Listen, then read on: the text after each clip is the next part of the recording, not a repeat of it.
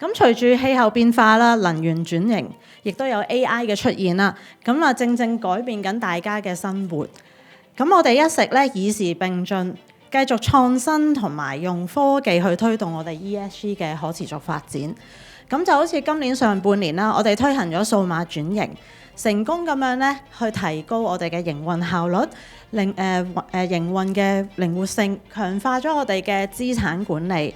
希望繼續可以為全香港80%以上嘅市民提供安全、穩定、清潔嘅能源。咁出年咧，中電就係125週年嘅紀念。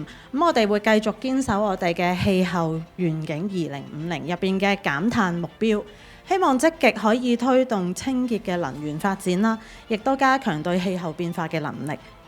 好，希望我哋大家繼續為呢一個更好嘅明天繼續努力。多謝大家。